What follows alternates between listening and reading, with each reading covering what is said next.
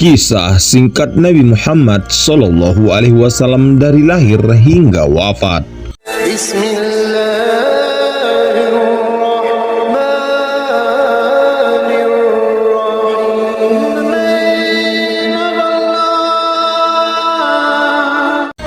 Assalamualaikum warahmatullahi wabarakatuh. Dunia Islam. Kelahiran Nabi Muhammad Sallallahu Alaihi Wasallam. Nabi Muhammad Sallallahu Alaihi Wasallam dilahirkan pada tahun gajah. Sebutan masa itu diambil di mana waktu itu ditandai dengan peristiwa terkenal Abrahah bersama pasukan bergajah gagal menyerang Ka'bah. Kelahiran beliau bertepatan pada hari Senin berdasarkan sabda Nabi Sallallahu Alaihi Wasallam tatkala ditanya tentang puasa hari Senin. Hadis riwayat Muslim 1162. Sebagian ulama berpendapat pada tanggal 12 dari bulan Rabiul Awal dan sebagian ulama berpendapat pada tanggal 9 dari bulan yang sama. Ayah beliau bernama Abdullah bin Abdul Muthalib bin Hashim dari suku Quraisy, sedang ibu beliau bernama Aminah. Ayah beliau meninggal di Yastrib atau Madinah saat beliau masih dalam kandungan. Diasuh Halimah Sa'diyah sampai umur 4 atau 5 tahun. Kebiasaan kaum Quraisy adalah menitipkan dan menyusukan bayi-bayi mereka kepada wanita-wanita di daerah Badui atau pedalaman agar fasih lisan Arabnya dan terhindar dari penyakit yang bisa tersebar di kota. Nabi Muhammad dititipkan kepada seorang wanita bernama Halimah dari Bani Sa'ad. Keberadaan Nabi Muhammad SAW di keluarga Halimah membawa keberkahan. Muhammad dirawat Halimah sampai umur 4 atau 5 tahun hingga terjadi peristiwa dibelahnya dada Rasulullah Shallallahu Alaihi Wasallam oleh malaikat Jibril. Kemudian jantungnya dicuci dengan air Zam-Zam. Diasuh kembali oleh ibunya sampai umur 6 tahun. Setelah terjadi peristiwa pembelahan dada oleh malaikat Jibril, maka Halimah khawatir kemudian mengembalikan Rasulullah pada ibunya.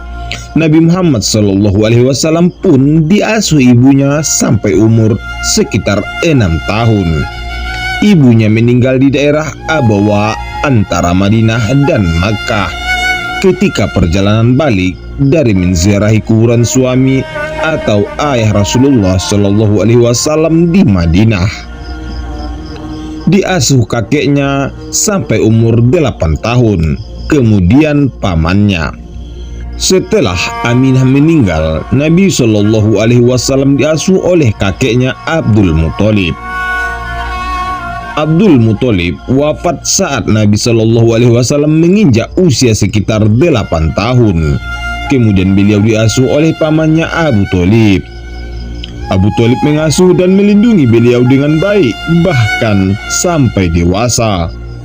Hampir sekitar 40 tahun terus melindungi beliau. Diajak ke Syam umur 12 tahun. Abu Thalib mengajak Nabi Muhammad SAW ke Syam ketika umurnya sekitar 12 tahun. Ketika hampir sampai di Syam, mereka bertemu dengan seorang rahib atau pendeta yang dikenal dengan Buhaira. Nama aslinya Jarjisi. Rahib ini mengenali tanda-tanda kenabian pada diri Rasulullah.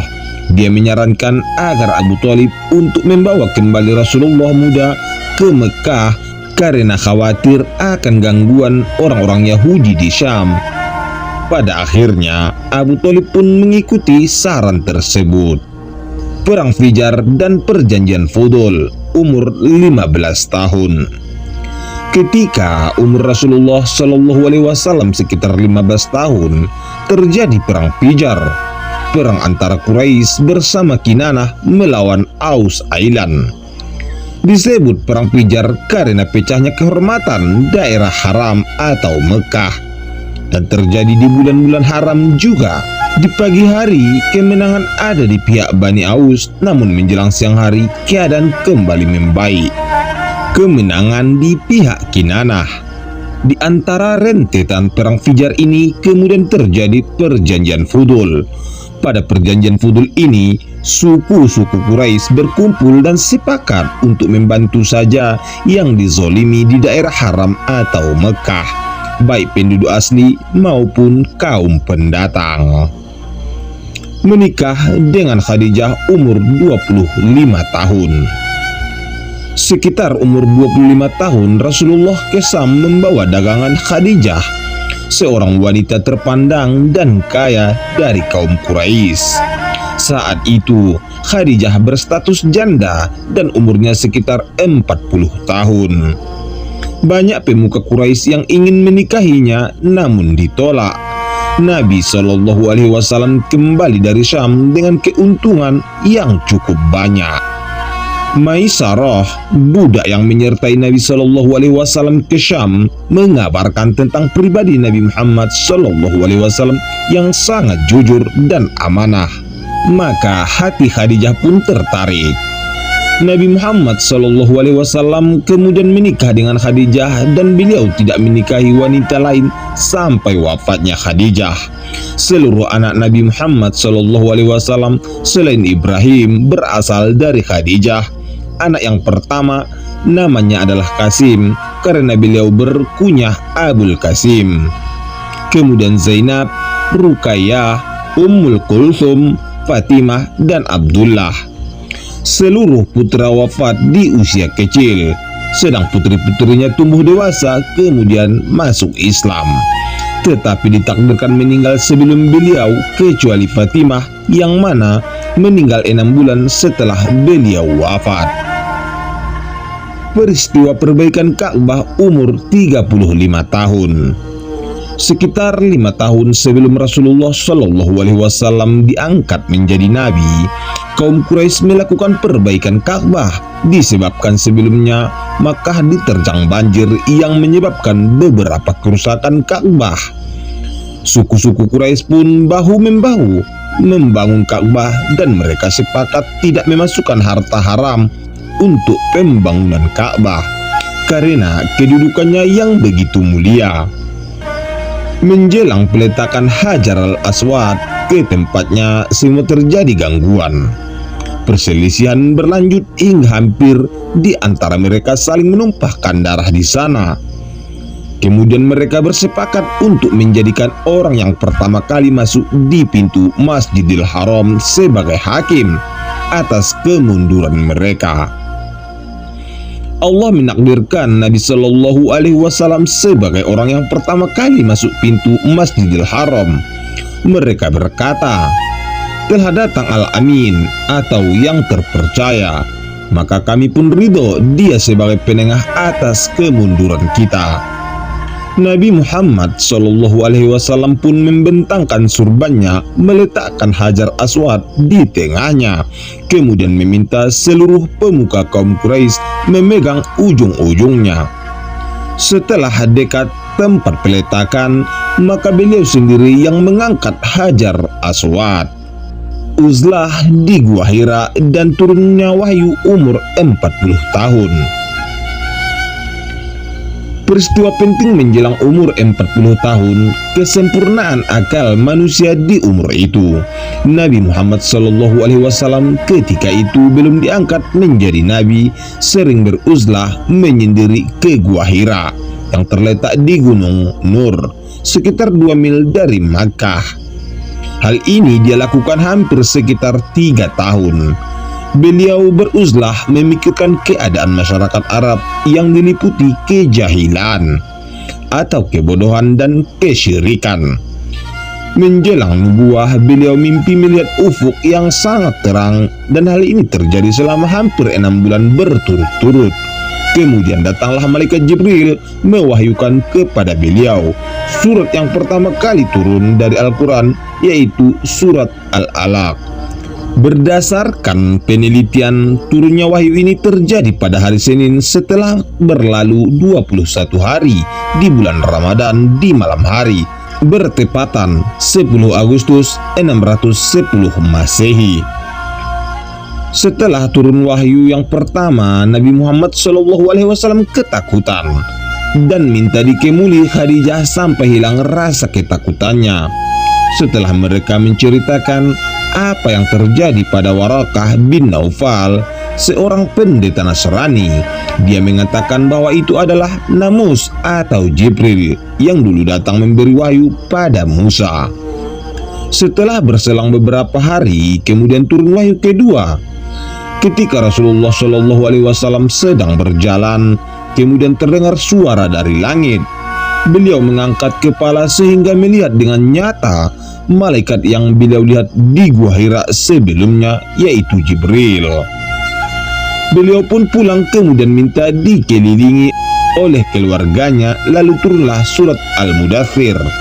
Hai orang yang berkemul atau berselimut, bangunlah, lalu berilah peringatan, dan seterusnya. Dengan demikian, telah jelas bagi beliau bahwa beliau mengemban amanah baru yang agung, yaitu amanah kenabian dan kerasulan. Beliau diperintahkan untuk menyampaikan risalah dari Tuhan semesta alam untuk manusia seutuhnya. Dakwah pribadi dan sembunyi-sembunyi tahun ke-1 sampai 3 dari kenabian. Turunnya wahyu beberapa kali memantapkan dakwah Nabi Shallallahu Alaihi Wasallam kepada keluarga dan orang-orang terdekat secara pribadi dan sembunyi-sembunyi. Beliau mengajak pada tauhid, iman pada hari akhir, dan yang lainnya dari pokok-pokok akidah. Orang-orang pertama-tama masuk Islam adalah Khadijah, istri Rasulullah, lalu Zaid bin Harithah, budak beliau, Ali bin Abi Thalib, keponakan, dan Abu Bakar As-Siddiq, sahabat karibnya. Kemudian dengan perantara Abu Bakar, masuk Islamlah Utsman bin Affan, Zubair bin Awam, Abdurrahman bin Auf, Sa'ad bin Abi Waqqas, dan Thalhah bin Ubaidillah. Kemudian masuk Islam pula beberapa sahabat yang lainnya, termasuk dalam As-Sabiqunal Awwalun. Dakwah terbuka untuk ahli Mekah tahun ke-3 sampai 10 dari kenabian. Setelah dakwah secara pribadi dan sembunyi-sembunyi, kemudian Allah memerintahkan Rasulnya untuk menyeru manusia secara umum dan terang-terangan. Di antaranya Allah menurunkan surat Asy-Syu'ara 215. Rasulullah Shallallahu Alaihi Wasallam mengundang kerabat terdekatnya, Bani Hashim dan Bani Abdul Muthalib, dan menyeru mereka untuk masuk Islam. Rasulullah juga menyeru kaum Quraisy secara umum di Bukit Safa dan mengajak mereka bertauhid. Rasulullah juga mulai terang-terangan menjelaskan batilnya berhala-berhala yang disembah kaum musyrikin. Kaum musyrikin pun marah dan menghalangi manusia masuk agama Islam yang hak yang dibawa oleh Nabi Muhammad Sallallahu Alaihi Wasallam. Bahkan kaum musyrikin juga menyakiti orang-orang yang baru masuk Islam, terutama orang-orang yang lemah. Dalam kondisinya sulit dan penuh tekanan, kabar Islam tetap disebarluaskan sehingga semakin banyak orang yang masuk Islam. Di antaranya Hamzah bin Abdul Muthalib dan Umar bin Khattab sekitar tahun ke-6 dari kenabian. Pada titik kemarahan kaum musyrik Quraisy, kaum musyrikin memboikot Bani Hashim hampir 3 tahun penuh, tahun 8 hingga 10 kenabian. Pada tahun 10 kenabian, paman beliau Abu Thalib dan istri beliau Khadijah meninggal dunia. Rasulullah Shallallahu Alaihi Wasallam kemudian menghibur diri dengan berdakwah keluar Mekah, yaitu ke daerah Taif. Rasulullah kemudian menikah dengan Saudah binti Zam'ah. Dakwah untuk sekitar ahli Mekah setelah tahun ke-10 kenabian sampai hijrah. Setelah sebelumnya Nabi Muhammad SAW fokus menyeru di lingkungan suku Quraisy Mekah, kemudian beliau menyeru suku-suku Arab yang lainnya. Beliau menyeru penduduk Taif untuk masuk Islam Syawal tahun ke-10 kenabian atau tahun 619 Masehi. Bukan sekedar menolak, penduduk Thaif malah melempari batu saat dia kembali sehingga kaki dia berdarah-darah. Beliau tetap sabar dan mendoakan agar kaumnya mendapat hidayah. Beliau menyeru kabilah-kabilah Arab yang datang ke Mekah di musim haji. Pada fase ini terjadi peristiwa Isra Mi'raj, di mana Rasulullah dibawa ke Baitul Maqdis di Palestina dan kemudian diangkat ke atas langit.